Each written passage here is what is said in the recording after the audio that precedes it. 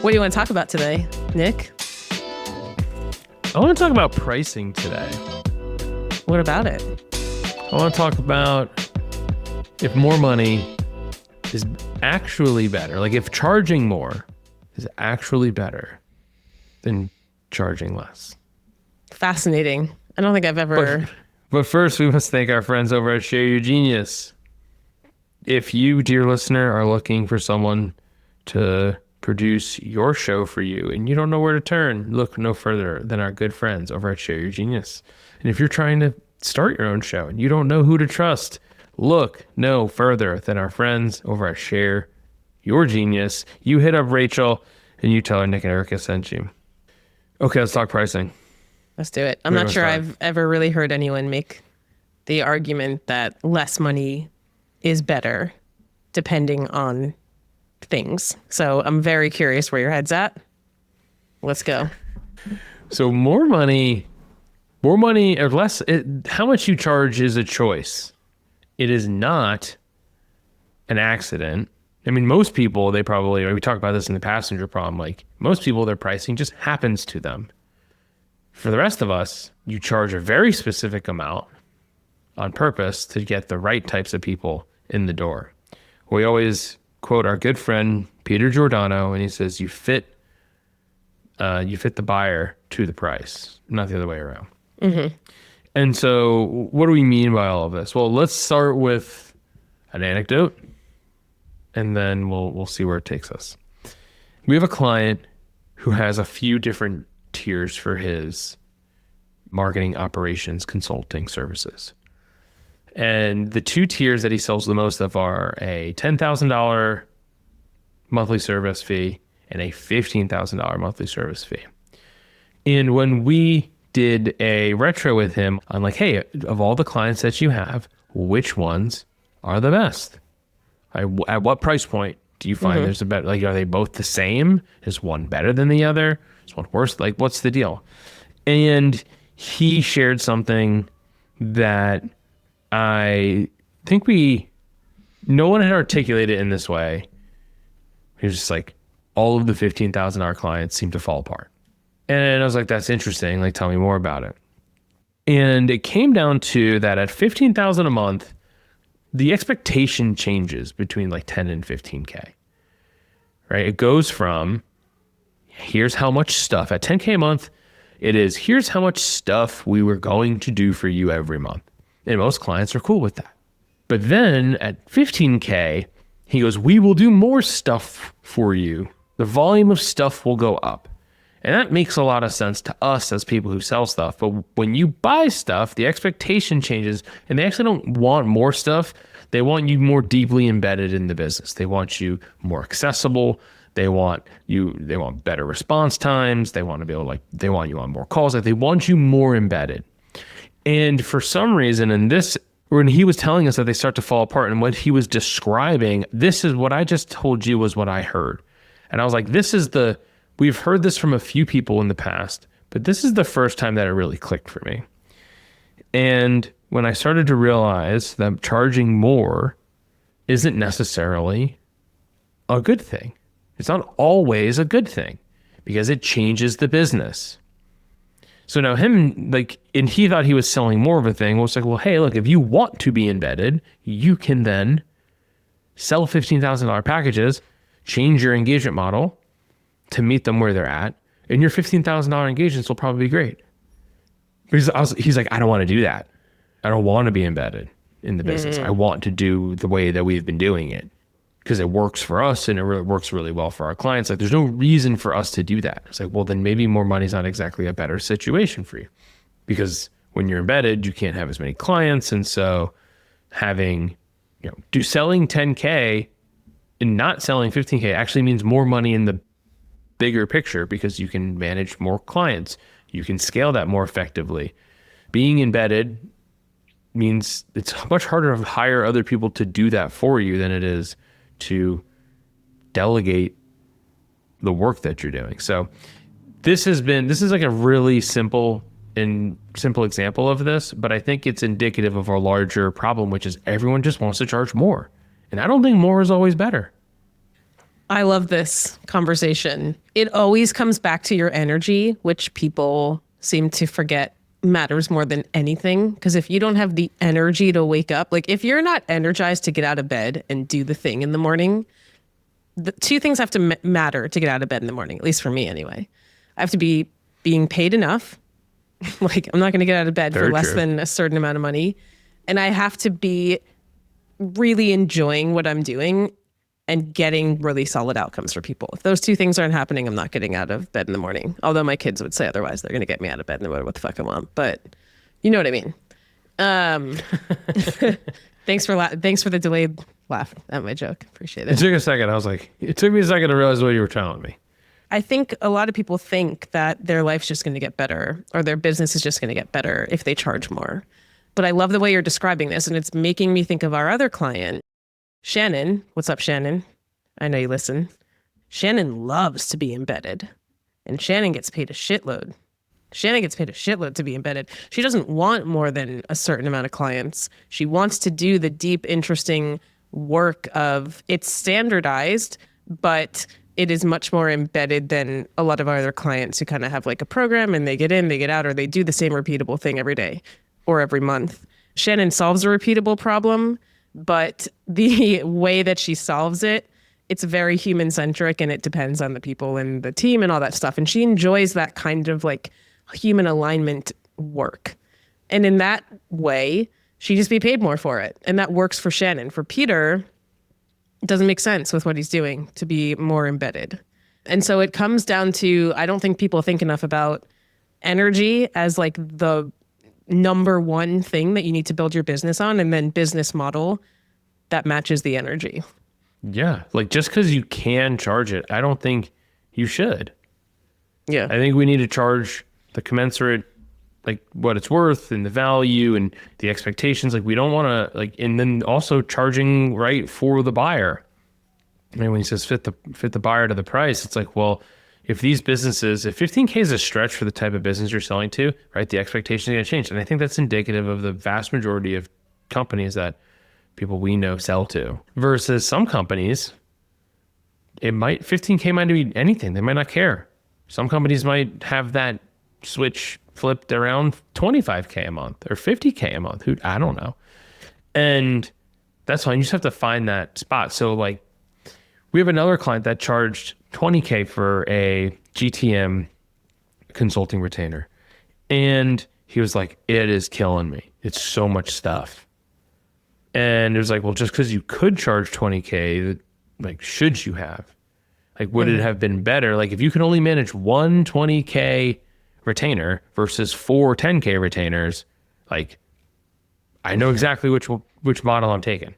And then that's the point of all of this entire discussion, which is which pricing model is the right amount of energy and effort from you. Like, it's the stuff you want to be doing. Takes the right amount of effort. You can manage an appropriate amount to earn what you're looking to earn. So I don't think charging more is always the right move. In fact, we will intentionally have clients reduce their rate so that they can scale back on the deliverables, so they can scale up the volume. And then it makes it way easier to attract and acquire clients when we're just a smidge lower than probably where they were. So again, like the 15K to the 10K, and that 10K will probably be like 12.5 at the end of all this. But it's like that 12.5 for the expectation changes. It's just different. People think different things. Now, is there a possibility that this is a communication error? Yeah, totally. I'm not saying this is like a rule that the expectation changes. I'm saying for the types of people that this person is selling to, it changes. For this other client, we're talking about the 20K retainer. We're telling him he should back down to 16.5, just enough so that the expectation is more reasonable and he can manage 4 times the amount of clients for the same amount of work. Like, we're not telling people to like go work yourself to death. This is a game. This is a balancing act of what are the right things that we need to be doing, or what's the right amount of clients that we need to be working with.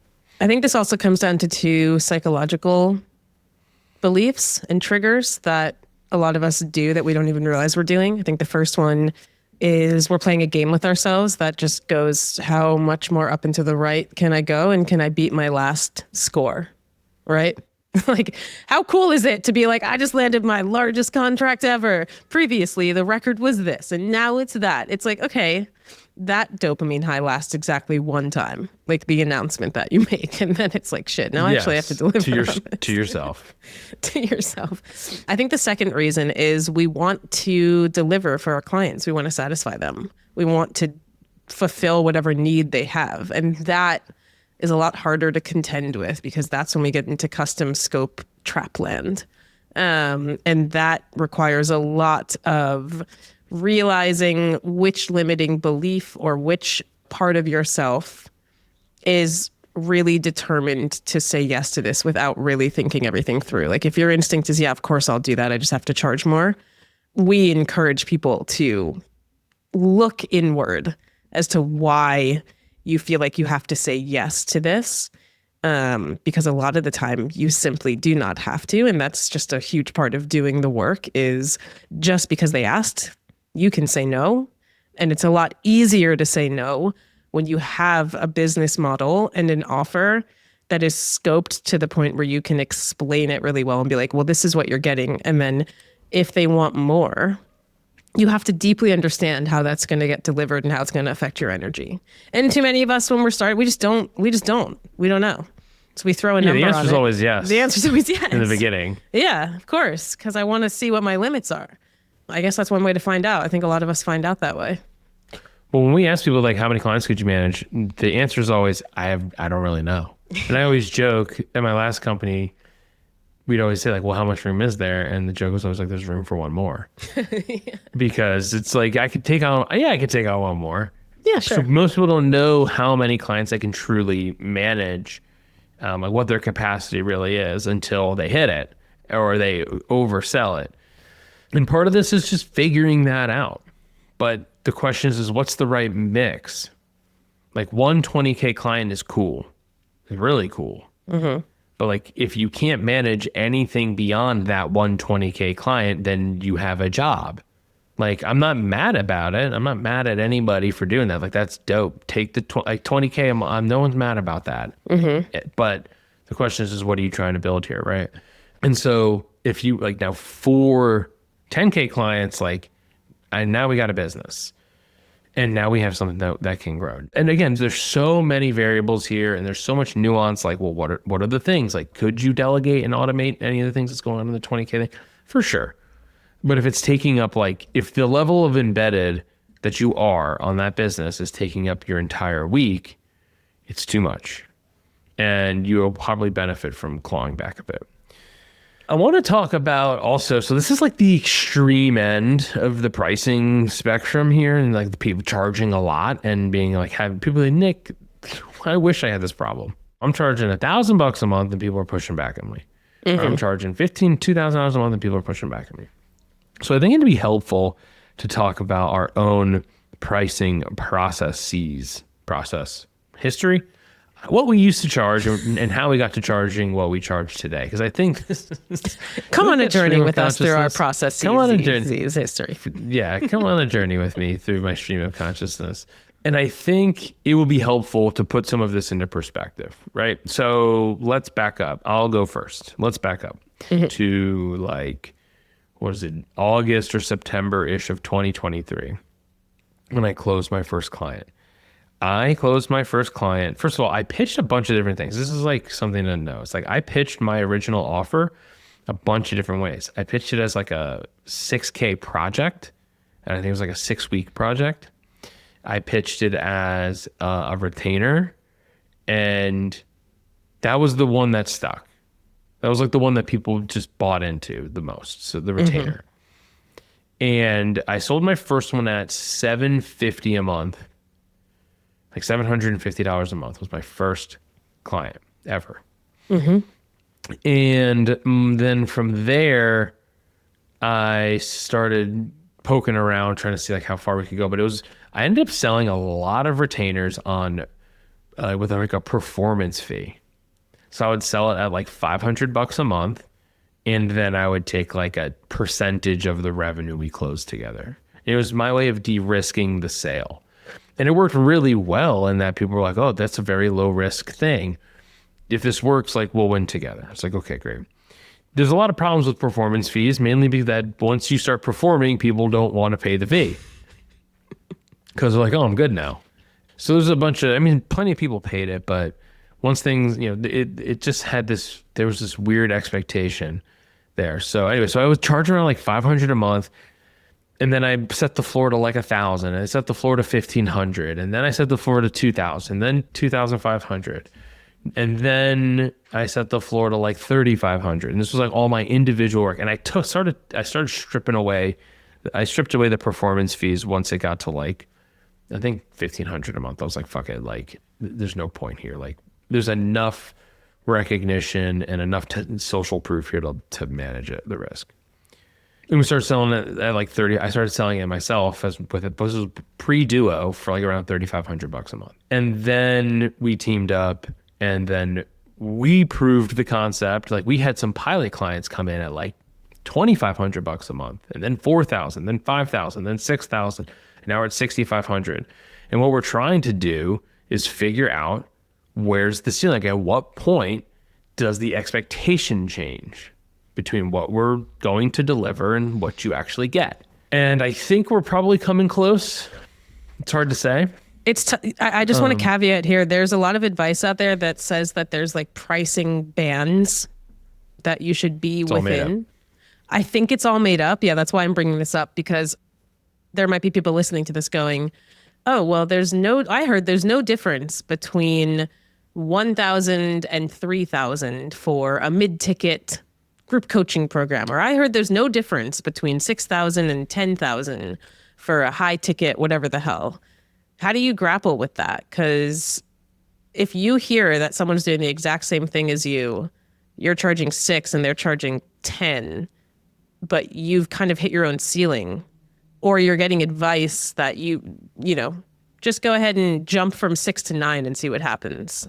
I think those are the things that people struggle the most with, because there's a lot of conflicting advice out there. I don't give a shit what competitors charge. I think that's the first thing to do, is throw out this entire concept. And instead of anchoring your price to what someone else charges but a little bit less, is a really dumb fucking way to go about pricing your shit. And I would say anchor your price to the value that you create. I learned this. Category Pirates is really, really big on this. This is like where I first learned about this idea. They have a lot of content on the idea of like charging for your outcomes and how to price for outcomes. And this was where I first learned about this idea. Mm-hmm. And they have a formula in how they help you figure this out. But I'm way more interested in like, well, what does the work amount to? If you're going to try and anchor your price to something, I would probably do it to how much value you help people create, and way less about like, well, what does this other person charge? So when you say value, do you mean how much money they're going to be able to make on the other end of it? Or do you mean... That's probably the easiest one. What if the value you're giving them is confidence? What if it's a non-monetary metric? Great point. And those are very important outcomes that you help people achieve. But the confidence probably allows them to do so, especially if you're in B2B services, like probably help other people make more money in some way. Like if you're a sales coach and you help people become more confident, like then they will probably close more deals. Yeah, even at the enterprise level, we have a client who a lot of the outcomes is just, wow, we internally feel a lot better about talking about our positioning now that we've gotten here. That happens first. And then it's especially at enterprise where things move so slow, the ROI is going to be down the line. Yeah. Just giving an example. All right. This is a great example. But I think the other things that surround this. So, which is, well, what if I help people make a bunch of money, but they don't have a bunch of money today? How am I supposed to charge for that? Mm-hmm. How does that work? Like if I really help people make a difference and but they don't have the money today, but they will have the money like later on, like, you know, in a couple of years after we get this work going, stuff like that. This is a real problem. And this is why the Elevate the Problem mini book exists. Because at some point Like your floor will be too high for certain people. And the value is just that you create is too great to sell it for anything less. Or there might be enough demand that you can justify a certain price. There's plenty of factors that go into this. And this is just I think it's just more matter of fact than anything. Like this isn't necessarily like some people just can't afford it. And there are other people that serve them. Yep. And that's okay. So being clear about who you're trying to help here matters greatly in terms of what you're going to charge. Fit the buyer to the price. But there's a point here where we know we are capable of helping our clients achieve $1 million business, like create $1 million businesses with the work that we do. The margin isn't there to charge somebody, let's say, 12% of that. This is another important point. How much percentage-wise is too much to take from someone in terms of their overall revenue? Or is it profits? Or like, how do you calculate that? I think every business has a different P&L. We've seen businesses that do $30K a month at 98% profit, and we see businesses that come to us that are doing $30K a month at 40% profit. Yeah. And it's like, it's a lot easier for the 98% profit person to justify a 8 to 12% spend on someone like us. On the outcome, we're like, hey, if we can help you hit 80K months, and there's a high degree of certainty and low risk, and that we'll do it, we will actually achieve that goal or help you achieve that goal. Yeah, spending that percentage-wise makes sense.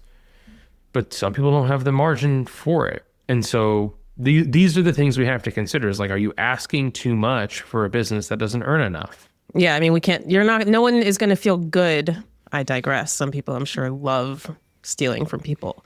But I don't feel good taking more than 50%. I mean, more than 30%. But certainly, like, there are people who've come to us that want our help. And I'm like, we can't help you because that would mean we're taking 50% of your rev. And that's not like, it's too much pressure all around. It's going to ruin the relationship. Yeah. Yeah. Like, there are some people that have said, I will do it.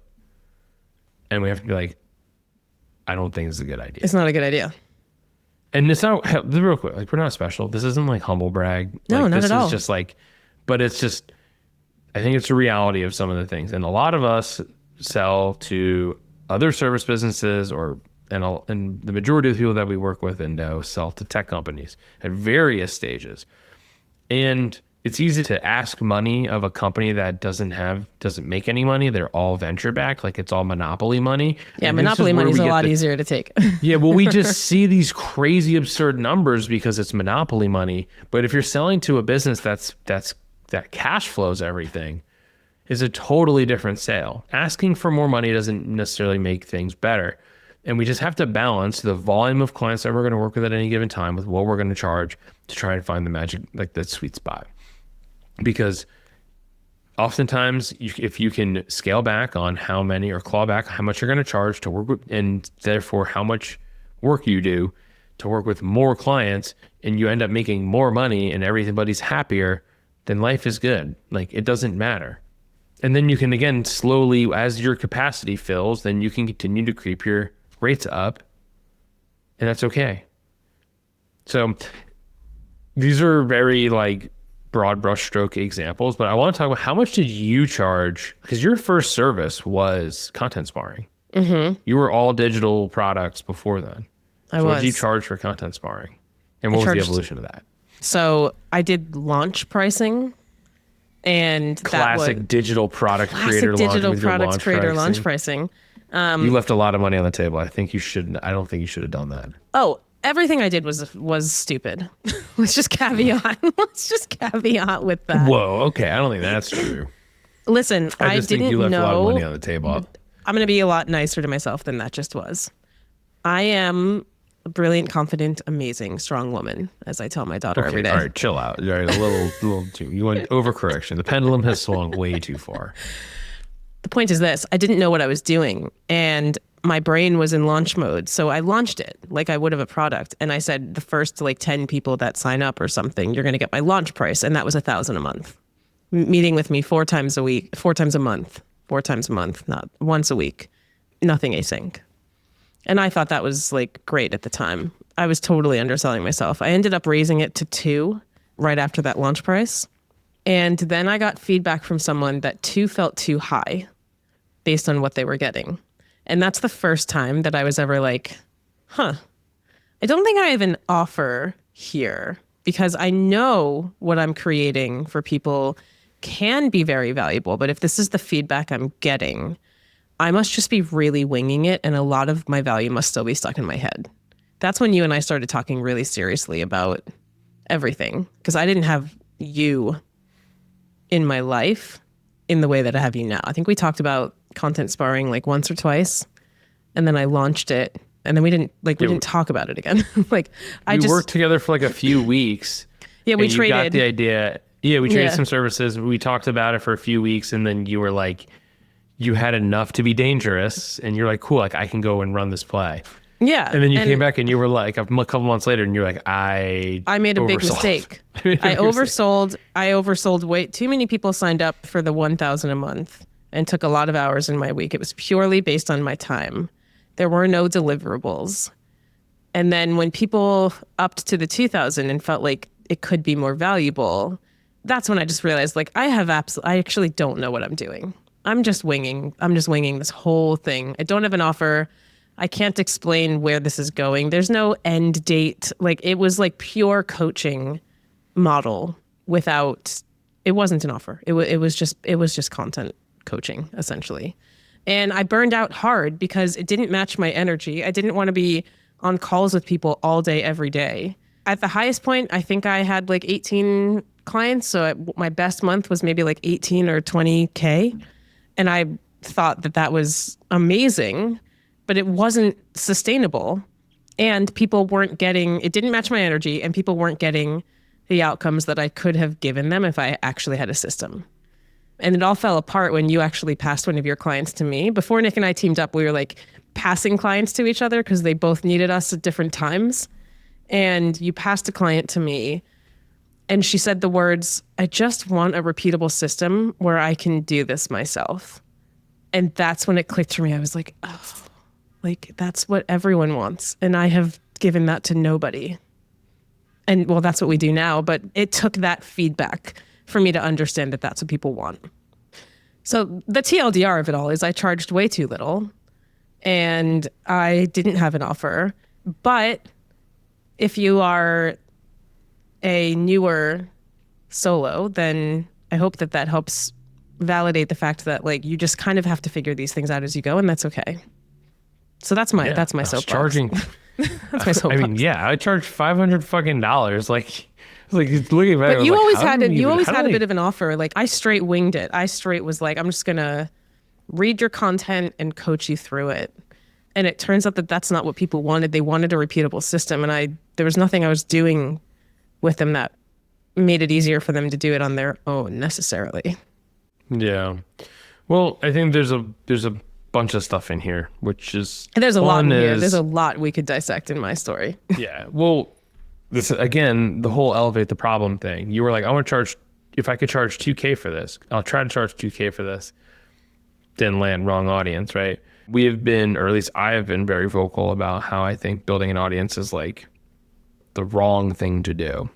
Oh, I'm right there with you. Or parasocial content, really. And a lot of that stuff. And you were writing a lot of like editing tips at the time. So you had a big audience of like just of freelancers. Mm-hmm. There's nothing wrong with that, but freelancers and people who identify as freelancers don't make a ton of cash. And so 2K becomes a lot of money when you're only making 5K or 6K a month.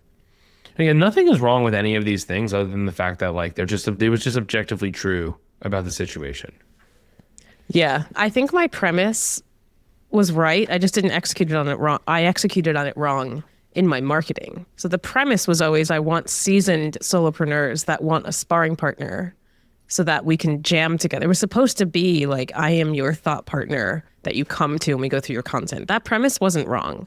But in my marketing, this was before we had the MP3 sorted out, and I was used to marketing to lower maturity buyers with my low ticket courses. And I was doing that for content sparring as well. So it didn't align.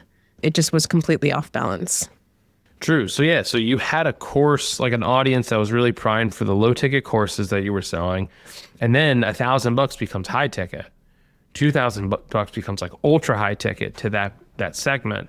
And things feel, then all of a sudden things start to, there's a lot of drag on the entire process.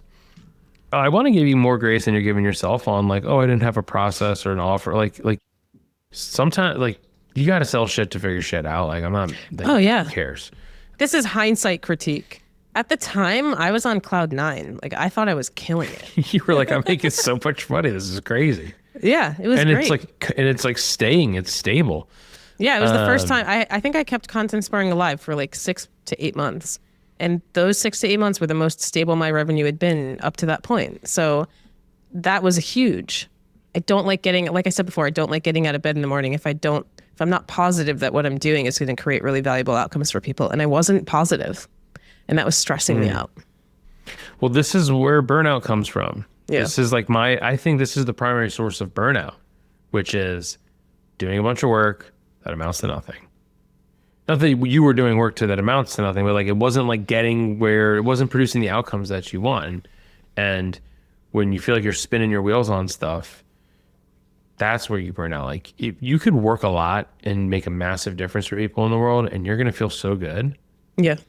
If that's what you want to do. Like I'm not saying that working a lot and making a difference for people, like you could still burn out, but usually it's because the work you do, from what I've seen and felt myself, is because the stuff you're doing isn't fucking going anywhere. Yeah, I work way more hours now. And I haven't felt burned. I was just gonna say I haven't felt burned out in years. Well, in a year since we started working together. Yeah. Yeah. Agreed. Okay, so I think the moral of this story is like there's no fucking magic wand to pricing. You're never gonna know how much you're really supposed to charge or how much you could have charged. And like I said in the beginning, charging more isn't always a better situation. Like you risk pricing people out in your situation. Like if the audience you have, like you could not have charged $3,500 a month to the people that you had access to, right? Access is the key situation here that we don't actually talk much about, or we haven't talked much about, which is we wrote about it in our first ever mini book. We haven't really talked about it since. True. We haven't really talked much about it, but having access to people, right, that have the discretionary income that to afford you is a big part of this. And so you started to feel like the charging more. If charging $2,000 a month was a big stretch for the people that you were in front of and they did it, like the level of embedded that they would expect from you would be very high. Like the expectation changes from 1,000 to 2,000 in your context. Yep. The expectation changes for a B2B funded software company between 10 and 15,000. Like it's just the context matters greatly. And so this is why elevating the problem is so mission critical to being able to charge more, is because you can get out of certain situations. But again, but once you find your sweet spot, like I don't think we will, I mean, this is me today. I don't know if this is going to be true tomorrow or a year from now, but like in order for us to charge $10,000 a month or $15,000 a month, one, we would need to start shifting into like much bigger businesses, but also like, do we even want to play there? We've asked ourselves this question a lot. What value can we provide for a business that's already doing 3 million? And I'm sure there's plenty of value, but we were like, well, when we look at this and we go, oh, well, we can take a business from, $500,000 to $1 million and then $1 million to $3 million. Like we can play there. And why would we like try to start with businesses doing 3 or 5 million? Like, could we I think that's such an important, a month? Sure. I like the verb play because it does feel like we're playing a fun game. Like we know all the puzzle pieces to get from half to $1 million and $1 million to 3, and we're just re-swizzling them for every client depending on their situation.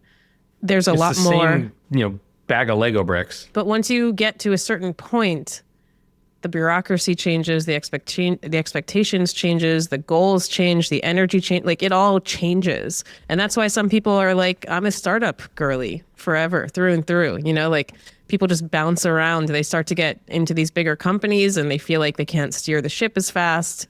And so they want to go back to startups. Some people are really tired of the scrappiness of startups and they want to work for an organization that actually has organized themselves, right? And it just depends. Like I've said this out loud many times. I'll say it again. I think that life has many seasons and your work has many seasons as well. And you have to match the work to the season that you're in as well. And so you are allowed to change your mind. You are allowed to hop around. But most of us don't even stop to think, what season am I in and what do I want right now? And that's like a critical step one that we need to do. That's how you get your energy to match the moment. Yeah. I mean, you talked about Shannon before. Like Shannon is very adamant. She's like, I work with startups 1 to 10 million. She's like, past 10 million, like, you don't need me. Like, use somebody else. Yep. I'll get you there. You get you a little past it, but she's like, 10 million is kind of around where I'm done, because the expectation changes, the bureaucracy changes, all of the stuff that all the org chart changes. There's plenty of context inside your customer's business that changes when they hit these certain like growth milestones.